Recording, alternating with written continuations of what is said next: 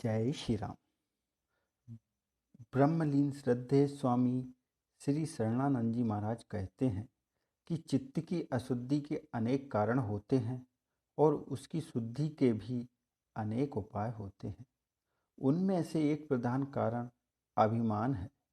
अभिमान उसे कहते हैं जिससे मनुष्य किसी प्रकार के गुण के साथ अपनी एकता करके अपने को दूसरों की अपेक्षा श्रेष्ठ मानने लगता है। इस अभिमान के कारण मनुष्य जिनमें उस गुण का अभाव या कमी देखता है उनको तुच्छ समझकर उनसे घृणा करने लगता है, और जिनमें अपने से अधिक देखता है उनसे ईर्ष्या करने लगता है। इस प्रकार घृणा और ईर्ष्या के कारण उसका चित्त अशुद्ध हो जाता है। गुण के अभिमान से मनुष्य को अपने दोषों का दर्शन नहीं होता, अतः वह उनको हटा नहीं सकता। गुणों का अभिमान स्वयं ही एक बड़ा भारी दोष है। उसके रहते हुए दूसरे दोषों का नाश नहीं किया जा सकता।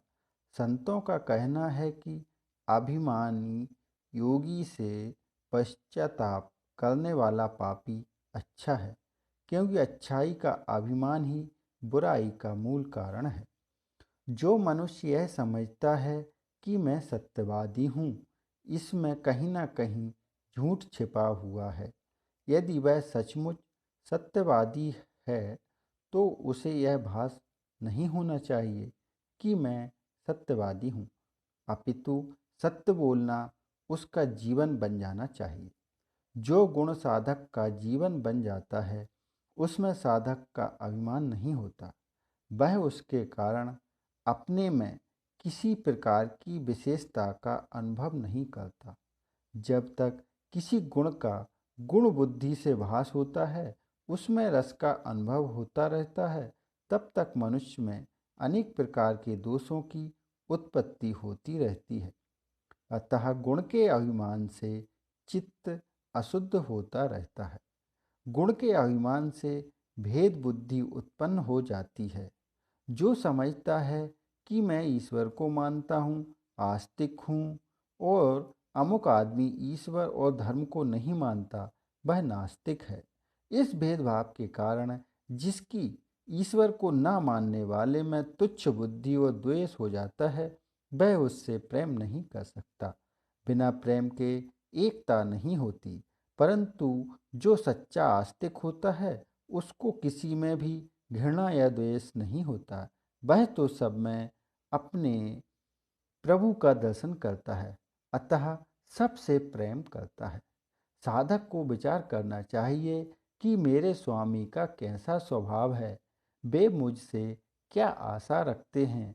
क्या उनको न मानने वालों को वे आकाश, वायु, अग्नि, जल, पृथ्वी आदि तत्वों के उपभोग में उतनी ही स्वतंत्रता प्रदान नहीं करते जितनी कि एक आस्तिक को करते हैं। यदि भगवान उसके साथ भेद करें तो क्षण भर भी जीवित रहना भी उसके लिए असंभव हो जाएगा। किंतु प्रभु ऐसा नहीं करते।